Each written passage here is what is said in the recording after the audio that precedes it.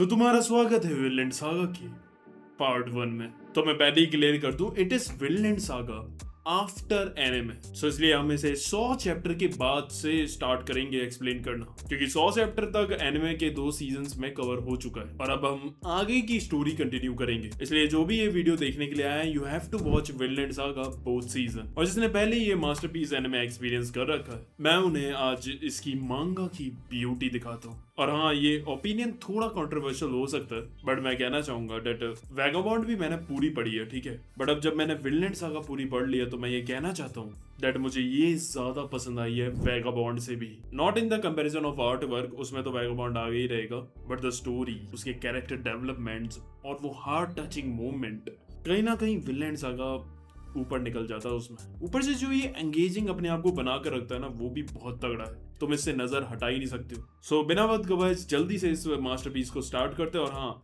Video hype कर दो and enjoy. साथी Vinland Saga after anime part 1। तो यहाँ पर स्टोरी की स्टार्ट होती है, जहाँ पर थॉरफिन एनर के साथ आ गया था अपने घर वापस आइसलैंड, और वहां वो अपनी फैमिली से मिलता है। अब इधर हम देखते हैं एक बाप और बेटे को बात करते हुए। बेटे का नाम है सीगर्ड और बाप का नाम है हाफडैन। अब सामने से ना एक बोट आ रही थी। हाफडैन कहता है, देखो तुम्हारी होने वाली मंगेतर आ रही है, जाओ जाकर उन सबका स्वागत करो। अब इधर हम देखते हैं कि दिसंबर 1018 का साल चल रहा था। अब थॉरफिन की जो बहन थी, वो उसके बाल काट देती है, क्योंकि उसे उसके बाल अच्छे नहीं लग रहे थे, और थॉरफिन बेचारा कुछ कह भी नहीं सकता था उसे, बस वो चुपचाप कटवा लेता है। यहाँ तक कि उसकी बहन उसे सजेस्ट करती है कि अब तुझे शादी कर लेनी चाहिए, तेरी उम्र हो गई है। यहीं पर एक पास में लड़की है फिशरमैन की, उससे शादी कर, आराम से फिशिंग करियो, आराम से शांति की लाइफ जिएगा। थॉरफिन कहता है, बहुत अच्छा सजेशन है, मुझे भी शांति की लाइफ ही जीनी है वैसे, लेकिन अभी कुछ है जो मुझे करना है उससे पहले। अब उसके बाद हम देखते हैं कि उसके बाल कटने के बाद वो एकदम से चंपू लग रहा था, जिसे देखकर उसके सारे फैमिली वाले हंस रहे थे। इसके बाद जो थॉरफिन था, वो अपने बाल गुचड़ मुचड़ करके उसे थोड़ा सही कर लेता ताकि वो चंपू ना लगे। इन्होंने उसे कहता है, यार तेरे बाल कटने और दाढ़ी मूंछ हटने के बाद अब तू काफी एकदम बदला बदला लग रहा है, और ऐसा बिल्कुल भी खतरनाक नहीं लग रहा देखने में भी, ये लोग तेरे लिए बिल्कुल सही है। अब इसके बाद वो रात में बैठकर अपने पूरे परिवार को बताता है कि इन 16 सालों में उसने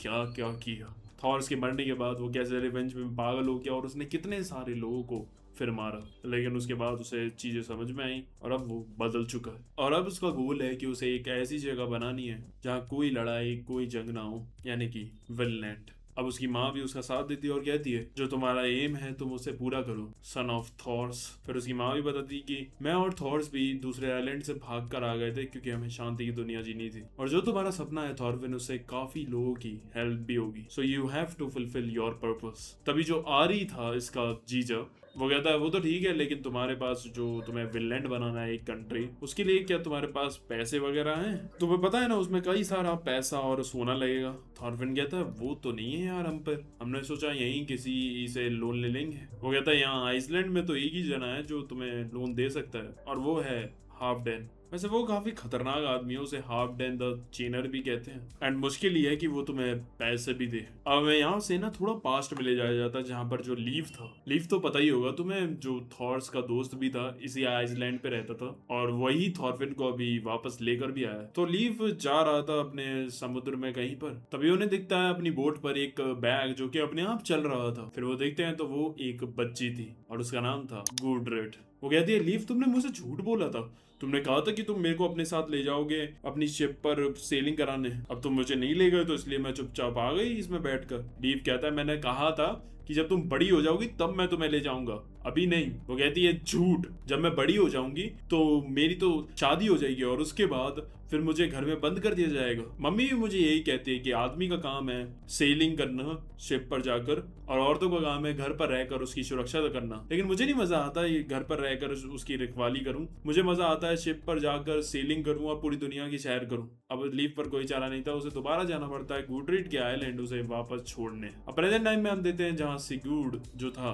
उसे पता चलता है कि उसकी मंगेतर गुडरिट जो थी वो गायब हो गई थी और फिर वो सबको लगाता है उसे ढूंढने के लिए। अब इधर हम देखते हैं थॉरफिन एनर को जो कि वहीं पोर्ट पर खड़े हुए थे और लीव भी वहां पर था। अब वहां पर लीव को बातचीत से पता चलता है कि हाफडन के बेटे की शादी होने वाली है। थॉरफिन कहता है यानी कि अच्छा दिन है, अगर हम इस वक्त उनसे कुछ रिक्वेस्ट करेंगे तो शायद वो हमारी रिक्वेस्ट पूरी कर दें। तभी हम देखते हैं कि पीछे एक बैरल रखा हुआ था जिसके अंदर कोई था और वो धीमे धीमे चल कर पास आ रहा था। तभी वो सब उसे नोटिस कर लेते हैं। तभी हम देखते हैं कि उसमें से दो हाथ निकलते हैं और वो भाग कर आकर लीव पर मुक्के मारने लगता है और फिर वो उसे कहते हैं कि तुमने मुझसे झूठ बोला दोबारा से, तुम मुझे फिर से नहीं ले गए अपने साथ। अब वो जब बैरल हटाती है तो हम देखते हैं कि वो थी गुडरिट जो कि अब बड़ी हो गई थी। अब लीव उसे देखकर हैरान हो जाता और कहता तुम यहाँ पर क्या कर रही हो। वो कहती तुमने मुझसे कहा था ना कि अगर मैं बड़ी हो जाऊंगी तो तुम मुझे अपने साथ शिप पर ले जाओगे सेलिंग करवाने, तो चलो। वो कहता है वो तो मैंने इसलिए बोल दिया था ताकि तुम बार बार जिद ना करो मेरे से, और अब अपनी जिद छोड़ो और सुनो सही से। शिप पर जाना मर्द का काम है और घर पर रहना औरत का, समझी? और तुम एक औरत हो। अब वो चाकू निकाल लेती है और उसके बाद जो उसकी चुटिया थी वो उसे काट देती है। अब वो कहती है अब देखो मेरे बाल भी छोटे हैं लड़कों की तरह, अब ठीक है। अब तभी पीछे से सिगर्ड और उसके लोग आते हैं उसे ढूंढते हुए। अब वो जल्दी से भागती है उधर और तभी उसका पैर फिसलता है और वो नीचे गिरकर बेहोश हो जाती है। अब वो उसे ऐसे वहां पर पोर्ट पर छोड़ नहीं सकते थे, इसलिए वो उसे उठाकर अपनी बोट में रख रहे थे। और तभी जो लीव का एडॉप्टेड बेटा था जिसका नाम एक्चुअली में उसने थॉरफिन ही रख दिया था, बट एक्चुअली में इसे निकनेम दिया एक बग आइज ताकि हम कंफ्यूज ना हो, तो उसका नाम है बग आइज। वो कहता है ये ऐसा नहीं लग रहा कि तुम इसे किडनैप कर रहे हो। तभी हम देखते हैं कि वो पीछे से जो सिगर्ड था वो ने ऐसा करते हुए देख लेता और उसे लगता है कि ये इन्हें किडनैप कर रहे हैं। फिर वो आता है भागते हुए। अब वो उससे पहले कुछ बोलते या समझाते वो तुरंत ही अपनी चेन फेंक कर वहां पूरे पोर्ट की लकड़ी तोड़ देता है। अब थॉरफिन सबको पीछे करता है और खुद जाता है उससे लड़ने के लिए और वो उसकी चेन्स को डॉज करे जा रहा था। अब वो उसे समझाने की कोशिश कर रहा था लेकिन वो समझ नहीं रहा था। ऊपर जो उसकी चोटी और डली हुई थी कटी हुई, उसे लग रहा था कि इन्होंने काटी है। अब थॉरफिन अपने हाथ में कपड़ा बांधता और उसकी चेन को उस हाथ से पकड़कर बांध लेता है और फिर उससे कहता है कि समझो हमने ऐसा कुछ नहीं किया, वो अपने आप गिरी थी, लेकिन वो गुस्से में पागल हो रखा था। अब वो तुरंत ही वहां से एक ब्लेड फेंकता है जो कि सीधा जाकर थॉरफिन के हाथ में लग जाता है। अब वो दोबारा हमला करता है, इससे पहले ही वहां पीछे से हाफडैन आ जाता है और उसे बोलता है रुको, और अपने बाप की आवाज सुनते ही वो एकदम से कांप जाता है। एंड फिर हाफडैन आकर कहता है लीव काफी दिनों बाद मिले, कैसे हो? अब ये सुनते ही सीगर्ड की और फटने लग जाती कि मेरा बाप इसे जानता है। फिर वो बताता है कि ये लीव है तुम्हारी मंगेतर के ब्रदर इन लॉ, जिनके बारे में अभी मैंने तुम्हें थोड़ी देर पहले बताया था। अब तभी हम लीव की वाइफ को भी वहां पर देखते हैं और वो कहता है कि तुम भी यहाँ पर, तुम क्या कर रही हो यहाँ पर? और फिर वो बताती है कि एक्चुअली में ग्यूडरिट की शादी हो रही है हाफडैन के बेटे के साथ। और ये सुनकर वो भी हैरान हो जाता है। लीव उससे पूछता भी है तुमने अच्छे से सोचा है ना इसके बारे में हाफडैन? हाफडैन कहता है हाँ बिल्कुल, हाँ ग्यूडरिट में कुछ कमियां हैं बट इसकी जो स्पिरिट है, एनर्जी है, उससे काफी हेल्दी बच्चे पैदा करेगी, और क्या चाहिए मुझे। अब हाफडैन थॉरफिन से कहता है कि आई एम इम्प्रेस्ड कि तुमने इसके हमले को रोक लिया। और फिर वो उसका नाम वगैरह पूछता है तो उसे पता चलता है कि ये थॉर्स का बेटा है थॉरफिन। वो कहता है तुम्हारे हाथ को ठीक करना होगा, मैं किसी को भेजता हूँ, उसके बाद तुम मेरे घर पर आना। और फिर वो जाते हुए अपने बेटे सिगर्ड को भी सही से सुनाता, जिसके बाद जो उसके साथी दोस्त थे वो उसे तसल्ली देने लगते हैं लेकिन वो उन पर और उल्टा भड़कने लग जाता। अब तभी हम लीव का घर देखते हैं। अब इधर हम देखते हैं कि लीव, ग्यूडरिट, बाकी सबके सब वहां बैठे हुए थे। अब जो यहाँ पर हमें ये पता चलता है कि लीव जो है ना और जो उसकी पत्नी है उसकी बहन है ये ग्यूडरिट। हाँ एज में छोटी है बट हाँ ये उसकी बहन है, यानी कि इस हिसाब से जो लीफ हुआ वो उसका जीजा हुआ। अब जो लीफ की पत्नी थी वो उसे विग पहना देती है क्योंकि उसने अपने बाल तो काट लिए थे और शादी में वो ऐसे थोड़ी ना बैठेगी। इधर हम देखते हैं कि हाफडैन ने एक स्लेव डॉक्टर भेजा हुआ था जो कि थॉरफिन के हाथ पर पट्टी वट्टी करती है। अब पट्टी करने के बाद वो कहती है हो गया मास्टर, अब मैं बाहर जाकर खड़ी हो जाती हूँ। थॉरफिन कहता है बाहर क्यों, अंदर ही रहो तुम, बाहर तो काफी ज्यादा ठंड है, तुम्हें ठंड लग जाएगी। वो कहती है नहीं मास्टर, मैं यहाँ नहीं रह सकती, आपकी बातचीत चल रही है और हाफडैन मास्टर को भी पता चला तो गलत होगा।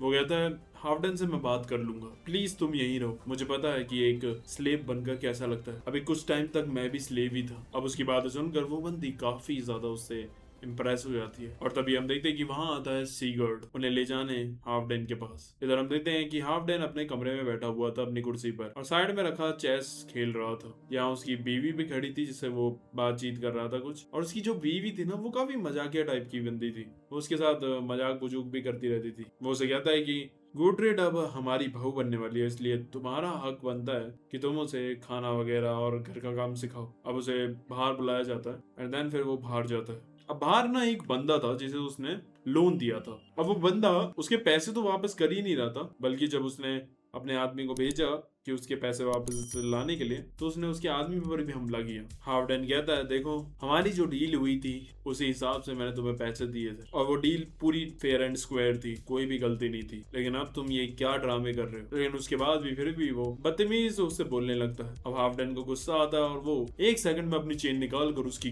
गर्दन जकड़ लेता है एंड देन उसके बाद उसे कहता है कि एक और बंदा था बोरिस, उसमें भी बहुत ज्यादा प्राइड थी, इसलिए उसने मेरे से पैसे नहीं लिए। मैंने कहा था कि मेरे से पैसे ले ले और अपनी लैंड गिरवी रख ले, लेकिन उसकी प्राइड सामने आ रही थी। उसके कुछ महीने बाद ही उसके पास जब खाना नहीं था, उसकी वजह से उसके साथ साथ उसकी बीवी और उसके बच्चे सबके सब मारे गए। मुझे बताओ ऐसे प्राइड का क्या फायदा अगर तुम अपनी फैमिली तक को नहीं बचा पा रहे? उस लैंड का क्या करोगे फिर तुम? इसलिए अपनी वैल्यू का साइड रख और अपनी फैमिली के बारे में सोच। तभी वहां थॉरफिन वगैरह आ जाते हैं, इसलिए वो उसे छोड़ देता है और वहां से चला जाता है। अब जो हाफ डैन के बंदे थे वो चाकू से उसकी रस्सियां खोल देते हैं और कहते हैं, टेंशन मत ले भाई, हम भी तेरी तरह ही हैं। एंड देन हमें पता चलता है कि एक्चुअली में उसने उसे पनिश नहीं किया, बल्कि उसे छोड़ दिया था और मोहलत दे दी, यानी कि वो इतना भी बुरा और कठोर नहीं है। अब इधर हम देखें कि अंदर बैठकर ये थॉरफिन वगैरह से बात करता है। एंड देन इसके बाद लीव फिर हाफ डैन को बताता है कि थॉरफिन को ना विनलैंड बनाना है, एक ऐसा शहर जहाँ पर कोई लड़ाई झगड़ा नहीं हो, और उसी के लिए बस हमें आपकी मदद चाहिए। और वो ये भी बताता है कि उसने विनलैंड देख भी रखा है। यहाँ से ईस्ट की तरफ जाते जाते हुए एक आइलैंड पड़ता है जो कि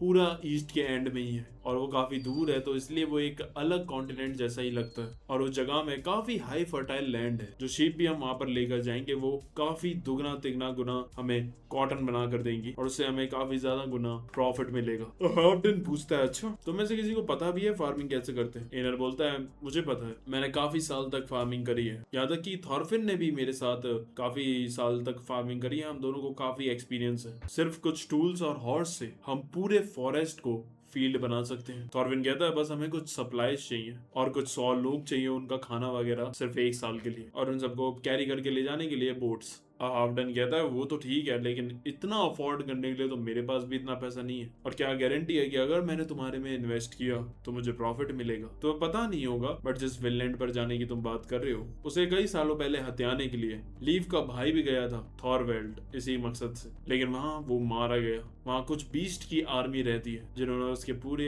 आदमियों को और उसकी पूरी शिप को खत्म कर दिया। अब ये सब सुनकर वो शॉक हो जाते हैं, लेकिन लीव कहता है, ये सही बात है, लेकिन जहां तक मैंने सुना है थॉरवेल्ड था जिसने पहले उन पर हथियार लगाए थे। अगर हम उनके पास थोड़ा अलग अप्रोच लेकर गए तो मे भी वो हमारे साथ कोऑपरेट करे। अब हाफडन कहता है कि मुझे थॉरफिन से बात करनी है क्योंकि वही इस मिशन का लीडर है, आप सब के सब बाहर जाइए। अब वो बैठे हुए थे तभी थॉरफिन को उसके कमरे में एक चिड़िया दिखती है, और वो कहता है कि इसको आपने कैद क्यों कर रखा है, इसे आजाद क्यों नहीं कर देते? हाफडन कहता है कि ये इंजर्ड है, अगर मैंने इसे आजाद भी कर दिया तो भी ये माइग्रेट करके अपने साथियों तक नहीं पहुंच पाएगी। जिस तरह की ठंड पड़ रही है ये मारी जाएगी, इसलिए मरने से अच्छा है कम से कम ये यहाँ पर जिंदा तो है। थॉरविन कहता है, तो इस चीज का भी डिसीजन उसे चिड़िया को ही ले ली थी चाहिए ना। और इसके बाद वो बाहर ले जाता है एंड देन उसके पिंजरे को वो खोल देता है, और वहां पर उसने खाना भी रख रखा था उसके लिए, मछलियां, लेकिन वो चिड़िया सीधा उड़ जाती है, अपने खाने तक को नहीं देखती। थॉरविन कहता है, देखा, उसके लिए खाना भी इतना इंपॉर्टेंट नहीं था जितना उसकी आजादी थी, वो कैसे न कैसे करके सरवाइव कर ही लेगी। अब हाफडन कहता है, ठीक है मैं तुम्हें पैसे दे दूं, लेकिन बदले में तुम मेरे को क्या दे सकते हो?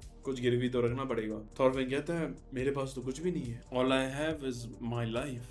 वो कहता है, मुझे तुम्हारी लाइफ नहीं चाहिए, क्यों ना उसकी जगह तुम अपनी प्राइड को ऑफर करो। मैं देखना चाहता हूँ तुम कितने डेस्परेट हो अपने इस विनलैंड के लिए। और वैसे भी जो मर्द होते हैं ना, उनकी प्राइड उनके लिए सब कुछ होती है, चाहे उसके बाद फिर उसे और उसकी फैमिली को चाहे कितना भी भुगतना पड़े, और इसीलिए मुझे मर्दों की प्राइड निकालने में और मजा आता है। एंड फिर वो थॉरविन से कहता है, kiss my boot, if you kiss it then I will invest in your plan. Thorfinn कहता है, बस इतना ही? मुझे लगा आप मेरे हाथ या पैर मांग लोगे। अब ये सुनकर हाफडन हैरान हो जाता है कि ये करने के लिए भी तैयार है, और थॉरविन नीचे झुक भी जाता है, लेकिन वो तुरंत ही अपने पैर पीछे कर लेता और कहता है कि मैं मजाक कर रहा था बस। अब यहाँ से सीन शिफ्ट होता है और थॉरविन आता है अपने साथियों के पास और उन्हें बताता है कि डील कैंसिल हो गई है, हाफडन हमारे में इन्वेस्ट नहीं कर रहा है। अब जो बग आया था वो उससे कहता है, क्या पे पागल है क्या तू? वो तेरे को अपने बूट चटवा रहा था और तू चाटने के लिए तैयार था। अगर वो तुझे घोड़े की गू खाने के लिए कहता तो तू वो भी खा लेता क्या? थॉरफिन कहता है हाँ, ये तो बहुत चीप प्राइस है उस सपने के लिए जिससे कई सारी लाइफ्स बदल सकती है। अब हाफडेन और उसका बेटा साथ में बैठकर बात कर रहे थे। अब यहाँ पर हमें पता चलता है कि क्योंकि लीव को ही विनलैंड का रास्ता पता है, इसलिए वो लीव की फैमिली से रिश्ता जोड़ना चाह रहा था ताकि इनडायरेक्टली विनलैंड का कंट्रोल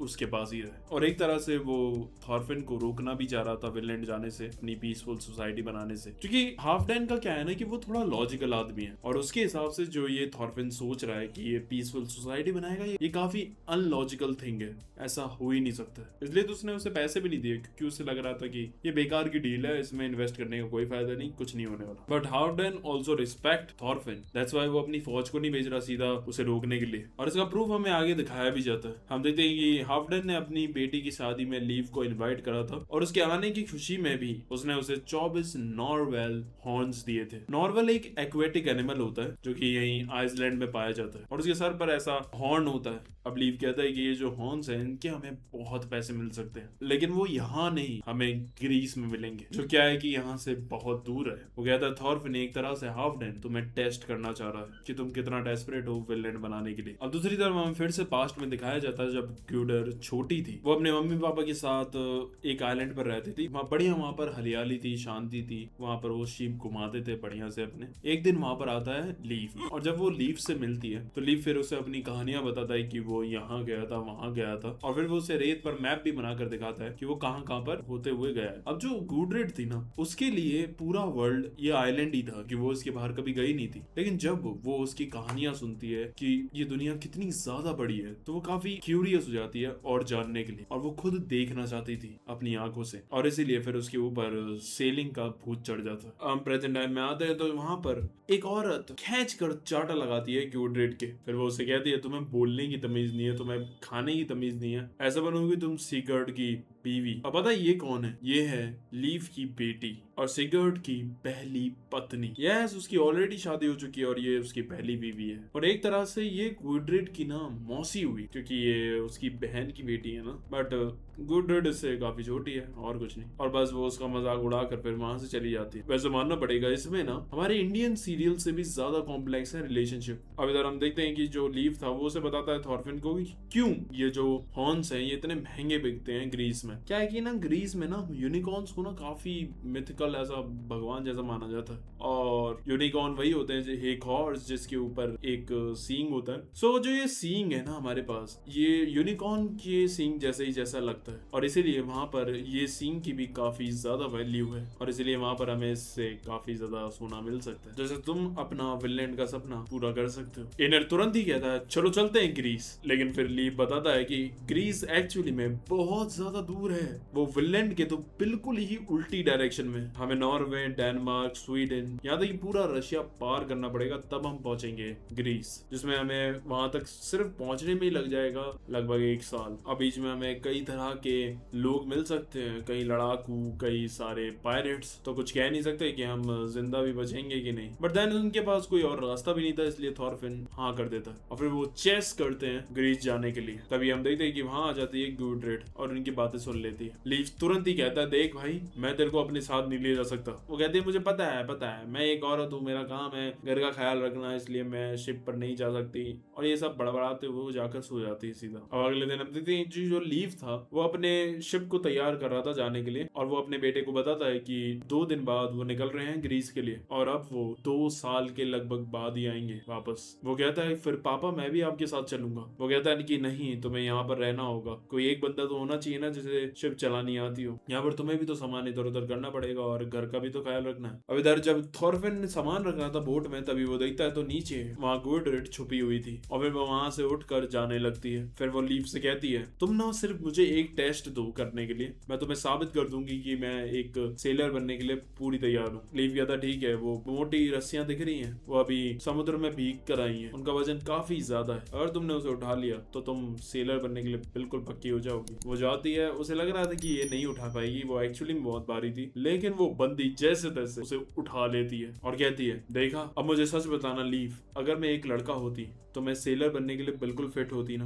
वो कहता है हाँ ये सही बात है, अगर तुम एक लड़का होती तो और फिर वो उसके बाद वहां से चली जाती है। अब इसके बाद हम देखते हैं कि 2 दिन बाद गुडरिड और सिगर्ड की शादी होती है और इसके बाद इनकी होती है सुहागरात, जहाँ सिगर्ड उसे कुछ बातें बता रहा था लेकिन गुडरिड के कुछ पल्ले नहीं पड़ रहा था। वो अभी भी शिप सेलिंग इस सब के बारे में ही सोच रही थी। अब इसके बाद फिर वो उसे लेटाता है और उसके ऊपर आ रहा था, तभी एकदम से वो उसकी टांगों में छुरा घुसेड़ देती है और गुडरिड को भी बिलीव नहीं हो रहा था कि उसने ये क्या कर दिया, क्योंकि एक्चुअली में वो ऐसा करना नहीं चाहती थी। उसके अनकॉन्शियस माइंड ने ऐसा अपने आप कर दिया। क्या था कि वो एक्चुअली में ये जिंदगी कभी जीना ही नहीं चाहती है, उसे तो शिप पे सेलिंग करनी है और उसके अनकॉन्शियस माइंड ने यहाँ से निकलने के लिए सिगर्ड को ही मार दिया। समझ रहे हो तुम उसका पैशन कितना ज्यादा होगा। अब सिगर्ड सीधा उसमें एक गड़ लगाता है और उसे साइड कर देता है। अब इसके बाद जल्दी से गुडरिड वहां से भागती है। अब यहाँ पर गुडरिड की बहन और सबको पता चल जाता है कि वो उसे चाकू मारकर भाग गई है। अब गुडरिड सीधा भागकर जाती है पोर्ट की तरफ। अब जो सिगर्ड के आदमी थे वो इतने बेवकूफ चिल्ला चिल्ला कर बुला रहे, मिस गुडरिड आप यहाँ पर हो क्या?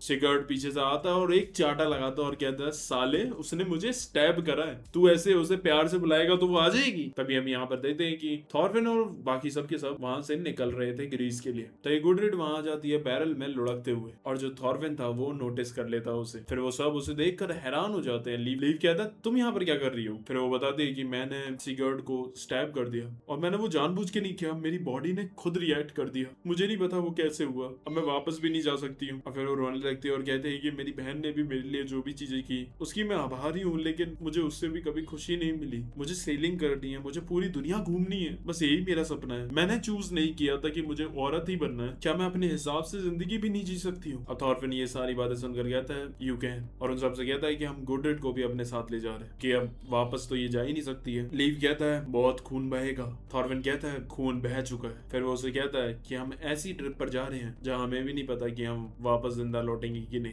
क्या तुम तैयार हो हमारे साथ जाने के लिए? गुडरिड कहती है, हाँ मैं जाना चाहती हूँ, लेकिन तो पीछे से उसकी बहन आती है और कहती है, लेकिन क्या तुम तो कभी हेजिटेट नहीं करती इस मामले में? वो कहती है, अभी सिगर्ड के लोगों ने तुम्हें स्पॉट नहीं करा है, जल्दी से यहाँ से निकल जाओ। और उसकी बहन गुडरिड का बैग भी लेकर आई थी जिसमें उसका सामान था और उसे कहती है कि माफ करना गुडरिड, मुझे तुम्हारी सुननी चाहिए थी, मैंने तुम्हारे ऊपर काफी ज्यादा प्रेशर बना दिया था। और फिर वो उसे गले मिलती है। गुडरिड का भी रोना निकल आता है और फिर वो उसे कहती है, अपना ख्याल रखना। एंड देन इसके बाद फिर ये सब शिप पर बैठकर निकल जाते हैं। जाते हुए गुडरिड कहती है, सिस्टर मुझे माफ करना कि मैंने तुम्हारी सही से बात कभी नहीं मानी और तुम्हें परेशान किया। अब इधर हम देखते हैं कि सिगर्ड अपने बाप के सामने शर्मिंदा बैठा हुआ था क्योंकि उसकी पत्नी भाग गई थी। गुडरिड की बहन कहती है कि इसमें इसकी कोई गलती नहीं। हाफडन कहता है कि टूला नहीं, इसमें इसकी भी गलती है और वैसे भी सोसाइटी तो यही सोचेगी। सिगर्ड कहता है कि मम्मी पापा आप टेंशन मत लीजिए, मैं गुडरिड को वापस लेकर आऊंगा। हाफडन कहता है, तुम्हें पता भी है वो कहाँ गई है? मुझे लगता है कि वो थॉरफिन और लीव के साथ निकल गई है ग्रीस के लिए। वो कहता है, ठीक है मैं अभी निकल जाता हूँ, रास्ते में ही उन्हें जल्दी से पकड़ लूंगा। अब इसके जाने के बाद जो हाफडन की बीवी थी वो कहती है, वैसे इसमें तुम्हारा भी फॉल्ट है हस्बैंड, क्योंकि मुझे लगता है कि तुम औरतों को एक टूल समझते हो इस चेस बोर्ड के पीसेस की तरह। क्या हो अगर इस चेस बोर्ड के हर एक पीस पर अपना माइंड या हार्ट हो? एंड देन फिर वो एक गोटी पकड़ती है और उसे उठाती है और कहती है कि मुझे इस यहाँ चेस बोर्ड को छोड़कर बाहर कहीं दुनिया देखनी है। एंड देन फिर वो उस गोटी को उठाकर चेस बोर्ड में रखती है और कहती है, चेकमेट। एंड सच में उस मूव से उसने हाफडन को चेकमेट कर दिया था, जिसे देखकर उसकी भी फट जाती है। एंड देन फिर वो कहती है, जब एक औरत की फ्री विल होती है ना, देन फिर वो मर्दों के काम या फिर उनके गेम में एंगेज होने का सोचती है। अब इधर हम देखते हैं जो गुडरिड थी वो वहाँ बोट पर काम सीख रही थी कि क्या क्या उसे करना था। अब इधर हम दूसरी तरफ देखते हैं कि एक आइलैंड पर कुछ लोगों की लड़ाई होती है जिसमें काफी सारे लोग मारे जा रहे थे और वो औरत और बच्चों को भी नहीं छोड़ रहे थे। तभी हम एक माँ को देखते हैं अपने बच्चे के साथ जो वहां से बचकर भाग रही थी और उनके साथ उनका एक कुत्ता भी था। तभी पीछे से 2 तीर उसके लग जाते हैं और वो गिर जाती है। अब इधर हम देखते हैं कि थॉरफिन वगैरह लहरों का सामना करते हुए, लेकिन पहली बार ट्रैवल करते हुए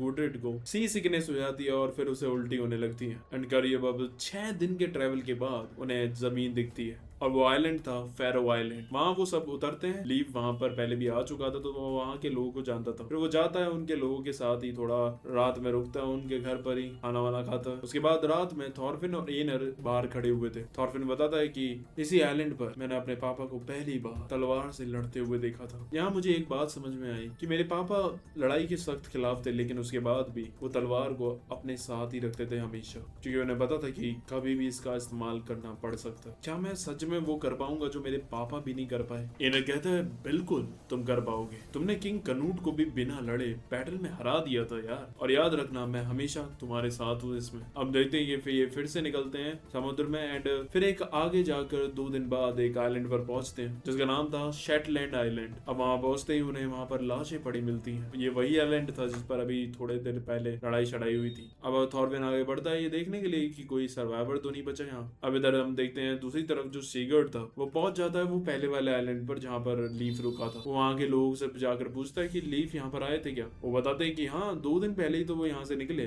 और अब वो अपनी बोट लेकर जल्दी से निकलते हैं उन्हें पकड़ने के लिए। अब थॉरफिन ऐसे ही घूमे जा रहा था तभी वहां पर उसे एक डॉगी मिलता है जिसे थोड़ी बहुत चोट लगी थी। अब पहले तो वो डॉगी उसे काटने के लिए आता है लेकिन वो कपड़े से अपने आप को बचा लेता है और उसे शांत कराने की कोशिश कर रहा था। उसके बाद वो डॉगी समझ जाता है कि इससे उसे कोई खतरा नहीं है। फिर वो उसे एक जगह लेकर जाता है और उसे कुछ बताने की कोशिश कर रहा था। फिर वो उस फट्टो वट्टो को हटाता है और नीचे देखता है तो वहां एक औरत थी अपने बच्चे के साथ, और हाँ उसके हाथ में चाकू भी था। थॉरविन उससे कहता है कि आपको घबराने की कोई जरूरत नहीं, मैं आपकी मदद करने के लिए आऊँ। फिर वो आकर देखता है तो उस औरत के पीछे तीर लगे थे जिसकी वजह से उसका काफी सारा खून बह गया था, और वो 2-3 दिनों से यहीं पर थी। और वो जैसे तैसे बस अपने बच्चे को ब्रेस्ट फीडिंग करके उसे जिंदा रख रही थी। वो अपने बच्चे को उसे देती है उसके हाथों में और कहती है इसका नाम कार्डली है, और बस वो वहीं दम तोड़ देती है। ये देखकर थॉरफिन का दिल बहुत ही ज्यादा ऐसा टूट जाता है। उसके बाद फिर वो उसकी बॉडी को वहां सामने गाड़ देते हैं एंड इसके बाद फिर उन्हें उस बच्चे का ख्याल भी रखना था। अब उन्होंने कभी बच्चा ऐसा संभाला तो नहीं था तो उन्हें काफी परेशानी हो रही थी, उसका डायपर वाइपर चेंज करना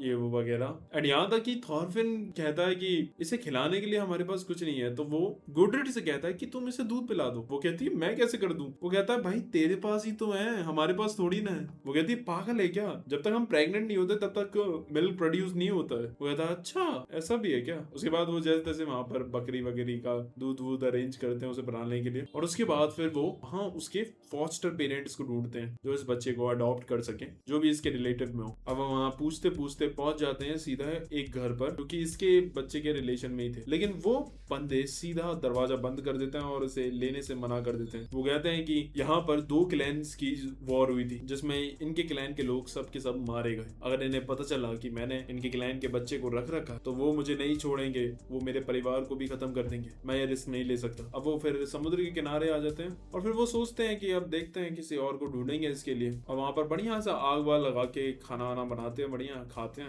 और यस उसका ख्याल रखने में उन्हें काफी दिक्कत हो रही थी क्योंकि वो बहुत ज्यादा रोते हैं बच्चे, भाई बहुत रोते हैं और सोने भी नहीं देते। अब हम सुबह सुबह देखते हैं तो वहां आ जाती है सीगर्ड की शिप उस आइलैंड पर, और वो उन्हें देख भी लेता है और वो चिल्लाते हुआ आकर बोलता है थॉरफिन। थॉरफिन कहता है चिल्ला मत यार, तेरे चिल्लाने से देख बच्चा रोने लगा। अब जो गुडरिड थी ना वो तो चुपचाप से वहां छुप जाती है और वहां से निकल रही थी। यहाँ थॉरफिन ने प्लान बना लिया था यहाँ निकलने का। फिर वो उसे बहाना बनाता और कहता है कि यार जो गुडरिड है ना वो चल बसी यार एक हादसे में। अब ये सुनते ही जो सिगर्ड था वो टूट जाता है और रोने लगता है नीचे पटक पटक के अब वो कैसे अपनी इस बेइज्जती को हटाएगा। तभी हम देखते हैं कि वो सब इसका फायदा उठाकर निकल रहे थे। अब वो जैसे ही चिल्लाकर रोने के लिए ऊपर मुंह करता है वो देखता है कि पहाड़ के ऊपर से गुडरिड चढ़ रही थी, और अब वो उसे देखकर जल्दी से उसके पीछे भागता है और वो तुरंत ही वहां से भागकर वो खाई से नीचे कूद जाती जहां पर उसकी बोट खड़ी थी, और वो वहां से निकलने लगते हैं। अब वो भी अपनी बोट लेकर उनके पीछा करने लगते हैं। अब यहाँ पर गुडरिड कहती है कि मुझे तुम सबके साथ नहीं आना चाहिए था, मैं तुम्हारे लिए काफी ज्यादा परेशानी बन रही हूँ। थॉरफिन कहता है परेशानी तो तुम लाती हो, बट सालों पहले ना एक लड़का था जो रिवेंज से भरा हुआ था जिसने ना जाने कितने लोगों की जान ली, लेकिन आज वो जिंदा है और आजाद है। कंपेयर टू हिम तुम तो कुछ भी नहीं हो उसके सामने परेशानी खड़ी करने में। अब इनकी शिप सीधा पहुंचती है जल्दी से नॉर्वे के एक ईस्ट कोस्ट पेनिनसुला में। अब वहां के बड़े बड़े पेड़ देखकर गुडरिड हैरान हो जाती है क्योंकि उसने इतने बड़े बड़े पेड़ पहली बार देखे थे और उसे पहली बार एकदम नई जगह का एक्सपीरियंस हो रहा था, तो उसे काफी ज्यादा मजा आ रहा था। तभी एकदम से जो थॉरफिन था वो अपने सपने से चिल्लाते हुए उठता है और वो सब भी डर जाते हैं। सो यस आज तक थॉरफिन के वो सपने सही नहीं हुए, आज भी वो काफी डरता है। तभी हमें इधर एक शख्स दिखाया जाता है उस आइलैंड पर जो उन्हें ऊपर से देख रहा था। अब वो जाते हैं उस आइलैंड पर और लकड़ियां इकट्ठी कर रहे थे, तभी उन्हें वहां पर एक बियर दिखता है जिसे देखकर वो सब डर जाते हैं। एनर कहता है अरे टेंशन मत लो, मैंने बहुत बियर देखे, ये कुछ नहीं करने वाला, ये काफी मस्त होते हैं, बस तुम इन्हें तंग नहीं करोगे तो ये तुम्हें भी कुछ नहीं करेंगे। वैसे तो इसे अभी हाइबरनेशन में होना चाहिए था, जरूर गलती से जग गया गया होगा। तभी वो एकदम से धीमे धीमे उनकी तरफ भाग के आने लगता है। थॉरफिन कहता है अभी कुछ सही नहीं लग रहा है, जल्दी से सबके सब पीछे हो जाओ, मैं इसे रोकता हूँ। और फिर वो निकालता है चाकू एंड फिर वो जाता है भालू से लड़ने। भालू आता है अपने पंजे से उस पर हमला करने, लेकिन वो उसे डॉज करते हुए चाकू उसके घसीटते हुए शरीर से काटता हुआ ले जाता है। उसके बाद फिर वो उसके शरीर के पीछे चाकू घोंप कर उसे पूरा चीर देता है, लेकिन फिर वो उसे उठाकर सामने फेंक देता है। अब थॉरफिन को पता था कि अगर उसे मारना है तो सर पे वार करना होगा। अब वो जाता है सीधा और चाकू उसके सर पर घोंप देता है, लेकिन वो सिर्फ एक चाकू था, इसलिए वो उसके स्कल को तोड़ते हुए अंदर नहीं जा पाया, जिसकी वजह से वो भालू अभी मरा नहीं था और वो पंजे से हमला करता है, जिससे थॉरफिन को खरोच आ जाती है। अब वो दोबारा उस पर हमला करने आ रहा था, लेकिन तभी एनर आ जाता है और कढ़ाई को बजाने लगता है। अब वो उधर से ध्यान हटाकर उस पर हमला करने के लिए आ रहा था, लेकिन तभी पीछे से हम एक शख्स को देखते हैं जो कि क्रॉसबो से तीर छोड़ता है और वो सीधा जाकर भालू पर लगता है और वो ढेर हो जाता है। तभी वहां से फिर वही शख्स आता है और वो एक लड़की थी जो कि देखने से लग रही थी हंटर। अब इसके बाद वो उस बियर को पूरा चीर फाड़ देती है। लीव कहता है तुम्हें ये सब कुछ अच्छे से आता है, काफी बार कर रखा होगा तुमने। वो कहती है हाँ ये सब मैं काफी पहले से करती हुई आ रही हूँ, आई एम अ हंटर।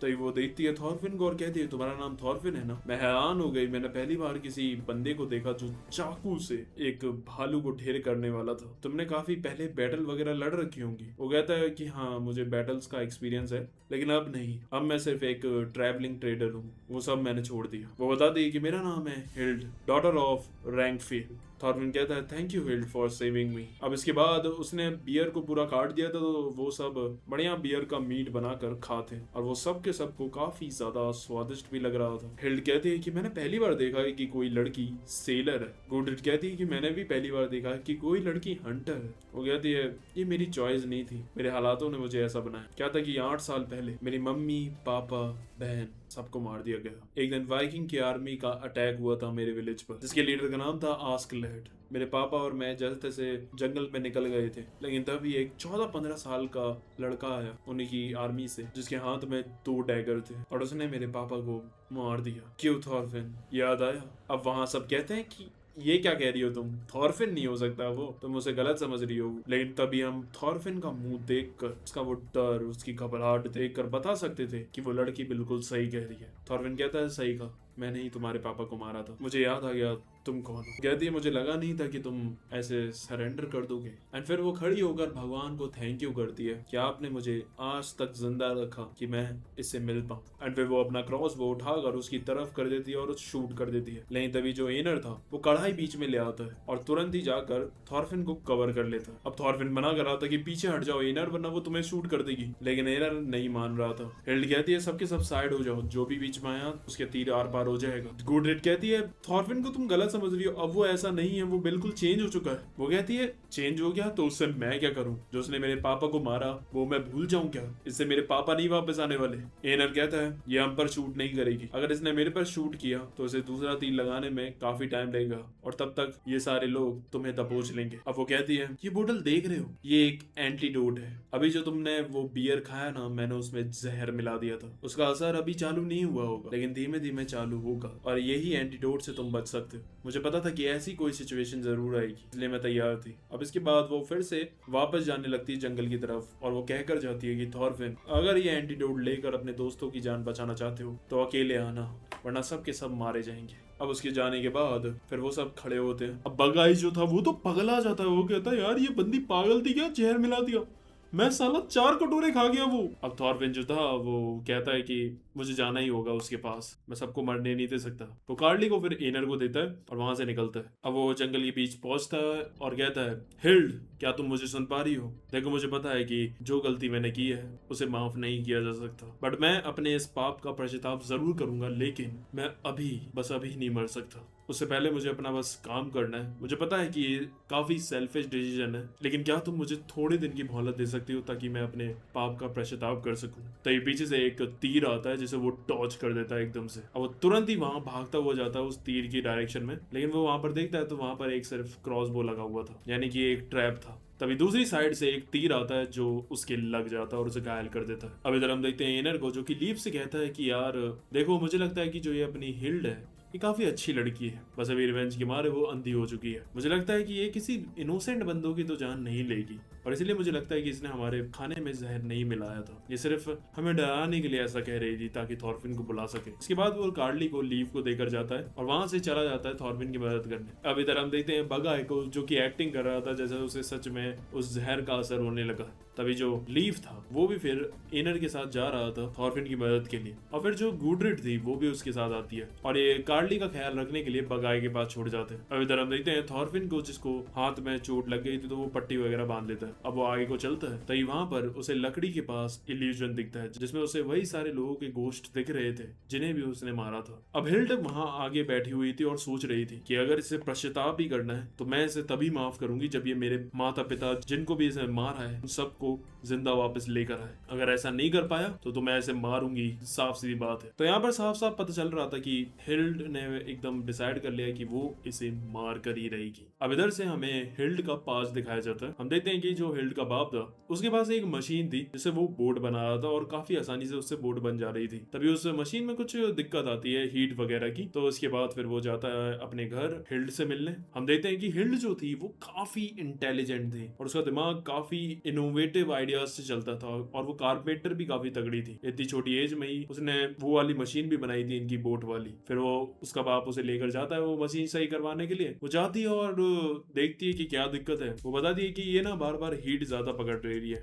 इसलिए ऐसा हो रहा है। उसके बाद वो रात में अपने बाप को एक सोल्यूशन भी बताती है उस डिवाइस को सही करने का। वो बताती है कि हमें उस मशीन को सही करने के लिए ना एक डिवाइस चाहिए होगा। फिर वो बनाती भी है एक ड्राइंग जिसमें एक सर्कुलर आयरन प्लेट होगा और उसके अंदर एक ही साइज के गोले के आयरन डाले जाएंगे जिससे कि वो बार बार घूमते रहेंगे और इससे मशीन का हीट जो होगा वो प्रिवेंट हो जाएगा और वो सही सही चलेगी। अब तभी फिर इनकी माँ आती है डिनर वगैरह लेकर। उसके बाद ये खाना खाते हैं। अब जो इसकी माँ थी ना वो अपने पति से कहती है कि अपनी बेटी हिल्ड को थोड़ा समझाया करो, ये लड़की है और ये देखो कैसे रहती है बिना कुछ बाल वाल बनाए और इसे कुछ घर का काम भी आना चाहिए, आगे इसकी शादी वगैरह भी होगी। लेकिन उसका बाप जो था ना वो काफी सपोर्टिव था। वो कहता है कि नहीं नहीं इसकी कोई जरूरत नहीं है, तुम्हें पता नहीं है हिल्ड कितनी ज्यादा स्मार्ट कारपेंटर है और इसका दिमाग कितना तेज है, कितने इनोवेटिव आइडियाज हैं इसके पास, ये बहुत बड़ी इंसान बनेगी, ये कोई नॉर्मल बंदों की तरह जिंदगी नहीं जिएगी और अगर ये शादी भी ना करना चाहे तो इट्स ओके, इसे जैसे जीनी है इसकी जिंदगी इसे जीने दो। और तभी हम देखते हैं कि वहां उनके दरवाजे पर खटखटाहट होती है और उसकी माँ जाती है दरवाजा खोलने। तभी वो देखती है तो वहां पर वाइकिंग्स आ रखे थे। वो एकदम से दरवाजा बंद करती है लेकिन तभी वो बाहर से भाले से वो दरवाजा तोड़ते हुए उसकी माँ को चीर देते हैं। अब तभी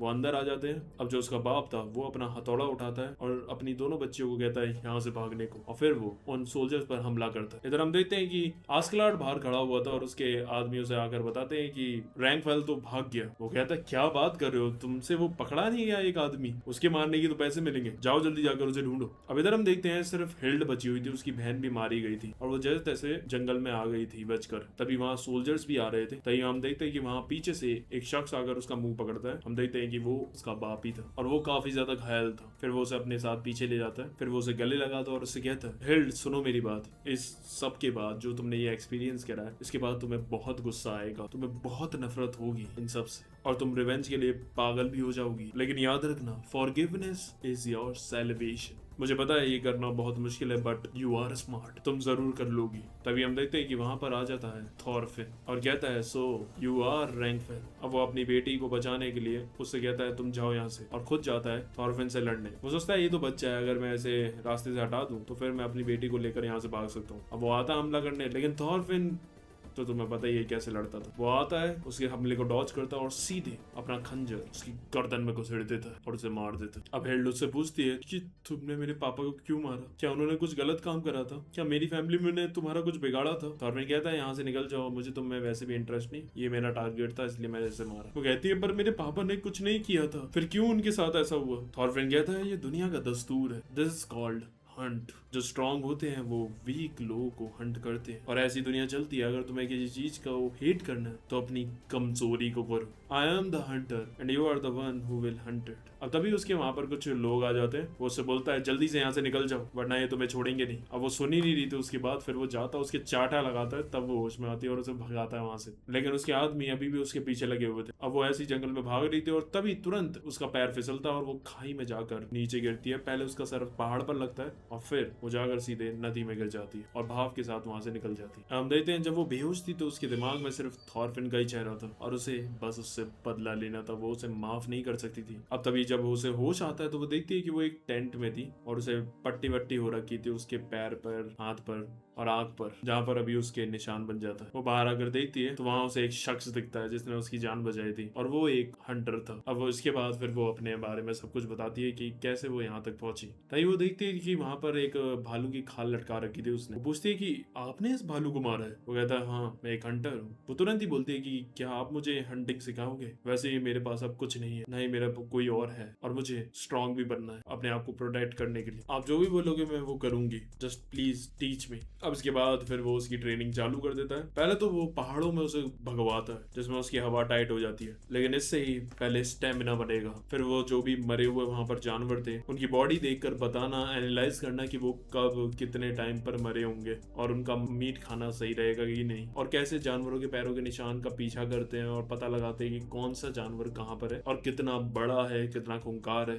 अब इसके बाद फिर वो उसे तीरंदाजी सिखाता जो काफी मुश्किल थी, और फिर वो बीच बीच में उसे बेचता भी था मार्केट, राशन लाने के लिए भी। अभी हम देखते हैं कि फिर धीमे धीमे अपने हाथों को चीरते हुए वो तीरंदाजी सीख जाती है। फिर वो कहती है मास्टर जरा आप अपना क्रॉसबो दिखा सकते हैं? फिर वो क्रॉसबो का यूज करती है एंड वो बहुत ही खतरनाक था। वो समझ जाती है कि इसी से भालू का शिकार हो सकता है, लेकिन फिर जब वो दोबारा एक और एरोस में लोड करने की कोशिश करती है तो वो कर ही नहीं पाती क्योंकि उसमें लोड करना काफी ज्यादा मुश्किल था। वो कहता है तुम नहीं चला पाओगी क्रॉसबो। वो कहती है पर मैं ऐसा क्रॉसबो बना सकती हूँ जिसे एक लड़की भी चला पाए। अब वो जमीन पर उसके डिजाइन बना लेती है कि कैसे उसे बनाना है क्रॉसबो। अब इसके बाद फिर से उसका मास्टर उसे मार्केट भेजने वाला था तो वो उसे देता है भालू के चमड़े, क्योंकि उसके बदले में ही उन्हें पैसे या फिर वहां से चीजें मिलती थी। वो कहती है लेकिन मास्टर आपने इतने सारे भालू के चमड़े क्यों दिए हैं? हमारा तो एक में ही राशन आ जाएगा। वो कहता है एक राशन के लिए और बाकी अगर जो भी तुम्हें चाहिए हो। अब ये सुनकर वो बहुत ज्यादा खुश हो जाती है और वो उसका शुक्रिया अदा करती है। इसके बाद फिर वो जाती है, राशन वगैरह लेती है एंड देन उसके बाद वो सुनार के पास जाकर अपना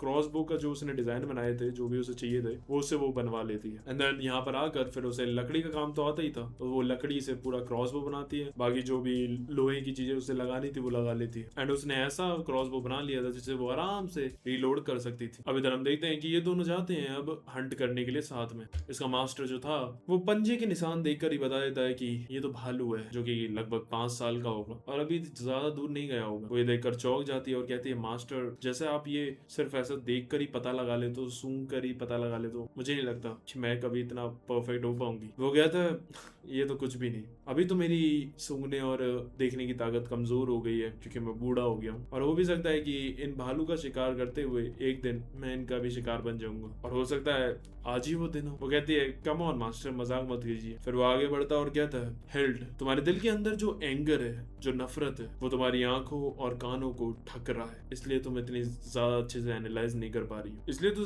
जानवर हमसे इतना ज्यादा एडवांस है क्योंकि उनके पास दो ही रास्ते हैं, या तो वो हमें मार दे या खुद मर जाए, लेकिन गुस्सा या नफरत उनके अंदर नहीं होती। अब वो जाते हैं हंट करने और जैसा उसके मास्टर ने कहा था वैसा ही होता है। वो जाकर देखती है तो भालू ने उसके मास्टर को चीर कर खा लिया था। वो देखती है कि उसके मास्टर ने अपना एरो मिस कर दिया था और वो हैरान थी कि ये कैसे हो गया। अब उसे गुस्सा आती है और वो जाती है उस भालू को हंट करके उसे मारने। अब आते हैं प्रेजेंट टाइम में जहाँ थॉरफिन पता लगाने की कोशिश कर रहा था लेकिन उसे कुछ पता नहीं चल रहा था कि कहाँ पर होगी ये हिल्ड। तभी वो देखता है वहां पर एनर को और वो सोचता है साला ये यहाँ पर क्यों आ गया, मैंने इसे मना करा था। अब थॉरफिन उसे बचाने के लिए कि कहीं ये एनर पे हमला ना कर दे, थॉरफिन सामने आ जाता और ये उसकी स्ट्रेटेजी भी थी। तभी सामने से वो हमला करती है उस पर और वो उसे डॉज कर देता है। अब उसे पता चल जाता है कि उसने कहां से हमला किया और वो उसके पास पहुंचता है जल्दी से भागकर, क्योंकि उसे पता था कि रीलोड करने में थोड़ा तो टाइम लगता ही है, तब तक वो उस तक पहुंच जाएगा।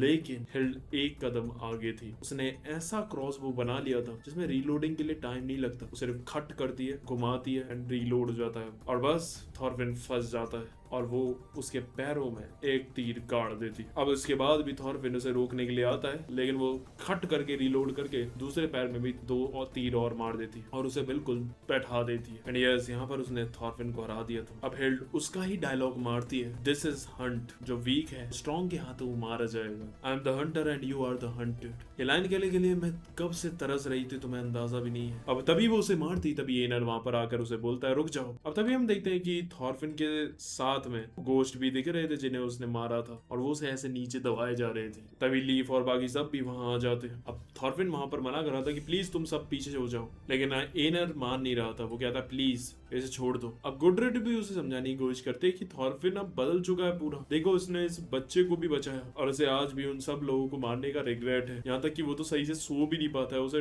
डरावने सपने आते हैं। लेकिन वो समझाने के लिए तैयार नहीं थी। एनर कहता है थॉरफिन को मारने से तुम्हारी फैमिली वापस नहीं आ जाएगी। वो कहती है अगर तुम मेरी फैमिली को वापस नहीं ला सकते तो मैं तुम्हें माफ नहीं करूंगी थॉरफिन। साफ बात है, जो मैंने खोया है वो मुझे वापस चाहिए, वरना तुम्हें जाना होगा इस दुनिया से। अब एनर उसे कह रहा था नहीं रुको प्लीज। थॉरफिन उससे कहता है बस करो एनर, अब मैं ही खुद बात करूंगा। वो कहता है मैं तुम्हारी फैमिली को वापस नहीं ला सकता, बट मैं अपने गुनाहों के लिए पश्चाताप करना चाहता हूँ। प्लीज मुझे थोड़े दिन की मोहलत और दे दो, जब मैं वो चीज कर लूंगा जो मैं करना चाहता हूँ तो मैं वापस आऊंगा तुम्हारे पास। अगर तब तुम मुझे मारोगी तो कोई दिक्कत नहीं, बस मुझे कुछ साल चाहिए। वो कहती है शट अप, बहुत हो गया, और वो उस पर फायर करने वाली होती है। लेकिन तभी एनर जंप मार कर थॉरफिन को वहां से निकालता है, लेकिन फिर वो नोटिस करता है कि उसे तो तीर लगा ही नहीं था। और वो सामने देखते हैं तो एक्चुअली में जो उसका एरो था वो हवा में ऊपर जा रहा था। और फिर हम देखते हैं तो वहां उसके बाप की परछाई आ गई थी जिसने उसके क्रॉसबो के हाथ को ऊपर कर दिया था। तभी पीछे से उसका मास्टर का हाथ आता है और उसे रियलाइज होता है कि ये कह रहे हैं कि मैं थॉरफिन को माफ कर दूं। अब वो उसे पूछती है तुम कैसे पश्चाताप करोगे। वो कहता है कि मैं एक नेशन बनाना चाहता हूँ, अ लैंड ऑफ पीस, जहाँ कोई लड़ाई दंगा ना हो, और मैं वहाँ ज्यादा से ज्यादा लाइफ्स को रेज करना चाहता हूँ, उससे कई गुना ज्यादा जितनी मैंने खत्म करी है। वो कहती है पर इससे मेरी फैमिली तो वापस नहीं आएगी, बट ठीक है ट्राई इट। अगर मेरा गुस्सा और नफरत इस विलेंड के बनने से कम हो सकता है देन डू इट, बट याद रखना मैंने तुम्हें हरा दिया है, now your life is mine. बस मैं तुम्हें थोड़ा टाइम दे रही हूँ जीने का, और अब से मैं तुम्हारे साथ रहूंगी हर टाइम और तुम्हारी हर एक्टिविटी पे नजर रखूंगी। अगर मुझे कुछ भी गड़बड़ मिली या कुछ भी गलत लगा तो उसी वक्त तुम्हारे सर में तीर घोंप दूंगी। अब थॉरफिन झुकता है, रोता है और कहता है थैंक यू, और बस बेहोश हो जाता है। अब हिल्डा आसमान में देखती है और कहती है फादर और मास्टर, मैंने इसे अभी माफ तो नहीं किया है, but I follow your instruction. अब इधर हमें दिखाया जाता है कि क्रॉसबो आकर सीधा थॉरफिन के सर में घुसता है और वो मर जाता है। लेकिन तभी हम देखते हैं कि ये उसका सपना था और वो उठता है। तभी एनर उसे कहता है तुम जाग गए, तुम लगभग एक दिन से बेहोश थे। वो बताता है कि अभी हम वापस से वही वाले आइलैंड पर आ गए हैं जिस पर पहले थे, जहाँ पर लीव के जानने वाले अभी उन्हीं के घर में। थॉरफिन कहता है सबने एंटीडोट ले लिया ना, सब बच गए ना। वो कहता है उसकी जरूरत ही नहीं पड़ी, जैसा मैंने सोचा था। हिल्ड एक बुरी लड़की नहीं है, उसने किसी के भी खाने में जहर नहीं मिलाया था। बस थॉरफिन अब तुम्हारे पैर को सही होने में कम से कम 3 से 4 महीने लगेंगे, हमें स्प्रिंग तक यहीं रुकना होगा। कहता 3 से 4 महीने, ये तो बहुत ज्यादा टाइम है। एनर कहता है एक और बात थॉरफिन, वहां जब तुम हिल्ड के सामने झुक गए थे तो मुझे रियलाइज हो गया था कि तुमने हार मान ली है और तुम उसे अपनी जान देने वाले थे। This is not fair Thorfinn, हमने कसम खाई है कि जब तक हम विनलैंड तक नहीं पहुंचेंगे हम में से कोई भी नहीं मरेगा। थॉरफिन कहता है एनर मैं भी एक बात कहना चाहता हूँ, तुमने भी 2 बार मुझे बचाने के चक्कर में खुद अपनी जान जोखिम में डाली है, ये बात तुम पर भी लागू होती है। वो कहता है सही बात है। हमें दिखाया जाता है जनवरी 1019 ईयर, और हमें इंग्लैंड में एक ईस्ट एंजेलिया एरिया दिखाया जाता है जहाँ एक घर में एक औरत अपने पति को डांट रही थी कि वो काम वगैरह नहीं करता है वगैरह वगैरह, इस पे उनकी लड़ाई हो रही थी। तभी एकदम से उनकी वॉल टूटती है और वहां आ जाता है थॉरगिल, यू नो थॉरगिल, एंड वो कहता है कि यहाँ पर लड़ाई चल रही है क्या, कोई बैटल हो रही है। वो कहता है नहीं नहीं यहाँ पर कोई लड़ाई नहीं हो रही, हम तो ऐसे खेल रहे थे। तभी यहाँ पर उसके आदमी आते हैं और उसे वहां से ले जाते हैं। अब यहाँ पर इसे क्या हो गया था ना कि काफी टाइम से इसने कोई जंग नहीं लड़ी तो ये पगला गया था इसका दिमाग। थॉरगिल का ऐसा ही था भाई, ये बंदा पागल था जंग के लिए, ये उसी में बड़ा हुआ है, उसी में से मजा आता है। तभी एक बंदा इसे मैसेज देने के लिए आता है, वो उसके पास जाता है और कहता है क्या जल्दी बता बैटल होने वाली है। वो कहता है नहीं उल्टा है, किंग कनूट अब वापस आ रहे हैं इंग्लैंड, इसलिए उन्होंने अपनी सारी जगह की आर्मी और डेनमार्क से भी सारी आर्मी को वापस बुला लिया। अब ये सुनते ही वो एकदम शॉक हो जाता है और बेहोश हो जाता है। उसके आदमी कहते हैं साला इसके लिए तो पीस बहुत ही जानलेवा चीज है, देख रहे हो मतलब लोगों को शांति पसंद है और इस बंदे के लिए वो चीज जानलेवा है। ये भी अलग लेवल का ही बंदा है भाई। अब हमें दिखाया जाता है कि 4 महीने बीत गए थे और जो कार्ली था वो भी चलना सीख गया था। अब थॉरफिन का भी पैर बिल्कुल सही हो गया था और अब वो निकलने वाले थे फिर से अपनी जर्नी पर। अब वहीं पर लीव के जो दोस्त थे उन्हीं के परिवार को वो कार्ली को दे जाते हैं उसकी देखभाल करने के लिए। और यहाँ पर काफी इमोशनल सीन था ये कि इतने महीनों से वो उसके साथ रह रहे थे तो अटैच तो ही जाते। और जो ग्यूड्रिड थी वो तो भाई उससे बहुत ज्यादा अटैच थी और बहुत ज्यादा इमोशनल थी। और अब वो जैसे ही शिप को निकालने लगते हैं वो बच्चा जो था कार्डली वो रोने लगता है। अब गुडरिड से ये देखा ही नहीं जाता, वो भाग कर जाती है और उसे ले आती है और अब गुडरिड उनके साथ ही सफर करने वाला था। अब तभी वो लोग नोटिस करते हैं कि यार 4 महीने हो गए लेकिन सीगर्ड का कुछ पता ही नहीं है, वो तो हमारे पीछे आया ही नहीं। लीव कहता है मे बी उसे लगा होगा कि हम ग्रीस की तरफ जा रहे हैं तो शायद वो आगे जाते जाते ही आगे ही चला गया। अब इधर हम दूसरी तरफ देखते हैं, जो सीगर्ड था वो बेलेटिक सी के आसपास पहुंच गया था जहां पर 3-4 पायरेट शिप उन्हें घेर लेती है। अब उन पर तो इतने बंदे भी नहीं थे कि वो बचा पाए अपने आप को, लेकिन जो सीगर्ड था वो भाई लड़े बिना हार नहीं मानने वाला था और वो कूद जाता है पायरेट से लड़ने। अब यहाँ से सीन शिफ्ट होता है, हमें दिखाया जाता है थॉरगिल जो कि बोर हो रहा था, बैटल नहीं हो रही थी तो इसलिए अब वो एक भालू के साथ अपना कंपटीशन करता है जिसमें वो एक घुसड़ मार के भालू के दांत तोड़ देता है और उसके बाद उसे गले लगाकर उसकी पूरी अतड़ियां तोड़कर उसे मार देता है। साला असली जानवर तो ये बंदा है। और फिर वो कहता भी है कि अबे सालो मेरे लिए थोड़ा और बड़ा भालू लेकर आया करो, ऐसे तो एक एक घुसड़ में खत्म हो जाते हैं। तभी हम देखते हैं कि वहां पर उसे मिलने के लिए आता है फ्लॉकी। ये तुम्हें पता ही होगा फ्लॉकी जो थॉर्स के साथ ही था उसकी सेना में सेनापति टाइप, और इसी ने आस्कलार्ड को ऑर्डर देकर थॉर्स को मरवाया था। रीजन तो जेलेसी वगैरह है, बाकी तुम्हें आगे पता चलेगा। अब वो थॉरगिल के पास आता है और उसे पता था कि थॉरगिल बोर हो रहा है। थॉरगिल उसे बताता है कि कनूट ने इंग्लैंड पूरा कॉन्कर कर लिया है एंड अब सब जगह शांति है, कोई लड़ाई नहीं हो रही और अब तुम मेरे पास आए हो फ्लॉकी, इसका मतलब है कि तुम्हारे पास मेरे लिए कुछ ना कुछ तो काम होगा, वरना तुम डेनमार्क कितना दूर नहीं आते मुझसे मिलने के लिए। फ्लॉकी कहता है सही कहा, बहुत ही बढ़िया काम है तुम्हारे लिए। अब इधर से सीन शिफ्ट होता है, हम देखते हैं डेनमार्क में जेलिंग सिटी जहाँ 2 स्पाई मिलते हैं और वो बता रहा था एक को कि थॉरगिल और फ्लॉकी के अभी अभी मीटिंग हुई है। अगर यहाँ पर स्पाई लगे हुए हैं इसका मतलब है कि कुछ तो बैटल या वॉर की बात है, तभी स्पाई आ रखे हैं, यानी कि दूसरे फोर्स के स्पाई होंगे, मतलब कि अगेंस्ट वाली टीम के। समझा करो, ये थोड़ा ना ऐसे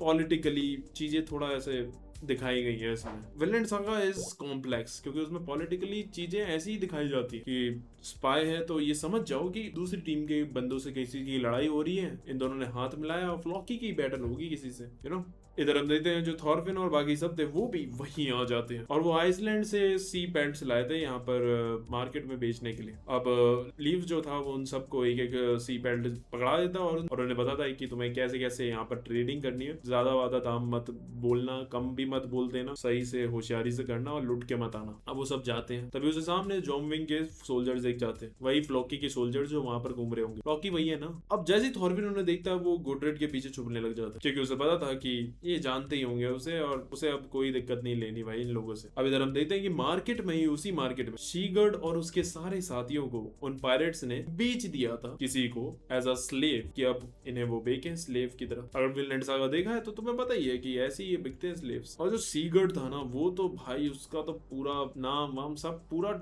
ईगो वीगो सब टूट गई थी, उसकी प्राइड बिल्कुल खत्म हो गई थी। साला स्लेव बन गया हूं मैं, एक स्लेव बनूंगा मैं, साला हाफ डैन का बेटा हूं मैं और मेरे साथ ये सलूक हो रहा है। अब मैं कैसे अपना मुंह दिखाऊंगा अपनी सिटी जाकर। तभी उसे वहां पर दिख जाती है गुडरिड जो उसे भी देख लेती है। वो तभी तुरंत ही मुंह बनाने लग जाता है कि साला ये उसे देख ना ले वरना बहुत बेइज्जती हो जाएगी भाई अगर इसने किसी को बता दिया तो। अब वो समझ जाती है और फिर वो थॉरफिन को बुलाने लगती है उसके नाम से। अब जैसे ही वो सोल्जर्स थॉरफिन का नाम सुनते हैं वो पलटते हैं और फिर वो उसे देखते हैं तो वो समझ जाते हैं ये तो उसी हाइट का बंदा लग रहा है। फिर वो सोल्जर जाते हैं और कहते हैं कैसे हो थॉरफिन कार्ल सेफनी, एंड वो सब अब उसे घेर भी लेते हैं। अब थॉरफिन एक्टिंग करता है शायद आपने मुझे कोई और समझ लिया है और वो जाने लगता है, लेकिन वो उसे रोकते हैं और कहते हैं लॉर्ड थॉरकिल यहाँ है, तुम उनसे मिले बिना नहीं जा सकते हो। और वो समझ जाता है कि थॉरकिल के लिए काम करते हैं तो चिल्लाकर बोलता है हिल्ड इट्स ऑल राइट, ये बंदे हमें हार्म नहीं करेंगे। तभी हम देखते हैं पीछे हिल्ड ने नजर रखी थी थॉरफिन पर क्योंकि भाई वो उसे मरने नहीं दे सकती थी किसी के भी हाथों, क्योंकि वो मारेगी उसे, इसलिए अभी वो एज अ बॉडीगार्ड काम कर रही थी कि अगर थॉरफिन को कोई भी मारे या फिर उसे चोट पहुंचाने की कोशिश करे तो वो उसे मारेगी भाई। आई थिंक सिंपल है, तो समझ गए होगे। लेकिन अभी भी वो थॉरफिन उन सोल्जर्स को मना कर रहा था कि भाई मैं नहीं जानता हूँ तुम किस थॉरफिन की बात कर रहे हो, और वो जाने लगता है क्योंकि उसे नहीं पढ़ना था इस सब में। लेकिन अब वो तलवार निकाल देता है, वो कहता है नहीं क्या कर रहे हो तुम, और तभी हिल्ड उसके हाथ में मारती है तीर, उसके आर पार हो जाता है और फिर थॉरफिन चिल्लाकर एडमिट करता है कि हाँ मैं ही हूँ थॉरफिन कार्ल सेफनी। अब थॉरफिन पर और कोई चारा नहीं था, उसे जाना पड़ता है उनके साथ। वो सोचता है थॉरकिल ही तो है, मिलकर आ जाऊंगा। थोड़ा बहुत चलकर अंदर पहुंचते हैं जहाँ पर उनका बेस था और थॉरकिल थॉरफिन को देखते ही उस पर हमला करने लगता है और वो उसके हमले को जल्दी जल्दी डॉज करने लगता है। फिर वो रुकता है और कहता है सो तुम थॉरफिन ही हो, तुम काफी बदल गए हो, अब वो उसकी आंखें नोटिस करता है, वो कहता है वाओ ये तो काफी चेंज हो गई है, एकदम थॉर जैसी लग रही है। अब तुम्हें याद ना हो तो थॉरकिल और थॉरफिन में एक रिश्ता है। क्या है कि जो हेल्गा थी थॉरफिन की माँ, वो एक्चुअली में थॉरकिल की भतीजी थी। इसके हिसाब से तुम समझ रहे हो थॉरकिल थॉरफिन का नाना टाइप का हुआ। यस, मैंने कहा था कि भाई इनमें रिलेशन हमारे इंडियन सीरियल से भी ज्यादा कॉम्प्लेक्स है। एंड हाँ, अगर तुम्हें ऐसा लग नहीं रहा है तो थॉरकिल को मैं बता दूं उसकी उम्र 58 है। हाँ, लगता नहीं है बट है भाई वो। एंड देन इसके बाद फिर वो फ्लॉकी भी वहां पर था तो वो उसे मिलवाता है इससे। एंड फ्लॉकी जैसे ही उसे देखता है उसकी फटके चार हो जाती है, क्योंकि वही तो है उसके बाप थॉर्स का कातिल। एंड थॉरफिन की आंखें देखकर उसे याद आ जाती है थॉर्स की। एंड उसे डर भी लग रहा था कि कहीं इसने मुझे पहचान लिया और कहीं से पता चल गया कि मैंने इसके बाप को मारा है तो क्या होगा। और इसी के साथ ये पार्ट यही खत्म होता है। तो कैसा लगा ये वाला पार्ट? अभी तुम सोच रहे हो कि इससे भी ज्यादा हो सकता है क्या कुछ इस स्टोरी में? भाई मैं तुम्हें बता दूं ये सिर्फ ट्रेलर है, आगे जो धमाके मचने वाले हैं ना इस मांगा में, ओहो मजा आ जाएगा। मैं सच में बता रहा हूँ, मैंने ये बहुत अच्छा डिसीजन लिया जो मैं ये मांगा कवर कर रहा हूँ, क्योंकि इसी बहाने मैं इसे पढ़ पाया। अब व्यूज आए या ना आए भाई कोई टेंशन नहीं, मांगा तो भाई ये पूरी कवर होगी। नहीं ऐसा नहीं बोलना चाहिए, कहीं व्यूज नहीं आए तो चीटिंग चीटिंग चीटिंग करता है तू। सो यस, अच्छे से इसे व्यूज दो, शेयर करो, सपोर्ट करो, ताकि मैं इसे पूरा कवर करूं, क्योंकि मैं चाहता हूं मैं इसे पूरा कवर करूं। सो यस, थोड़ी मोटिवेशन। और हाँ, मोटिवेशन से याद आया, लाइक मारो यार वीडियो को, शेयर करो जिसके साथ कर सकते हो, और हाँ सब्सक्राइब भी करो यार चैनल। और अगर इसका दूसरा पार्ट तुम्हें जल्द से जल्द चाहिए तो कमेंट करो। बाकी ऐसी और मांगास देखनी है तो कोई टेंशन लेने की जरूरत नहीं, मेरे पास भंडार है, यहाँ क्लिक मारो जल्दी से। आज के लिए बस करते हैं, आरिगातो।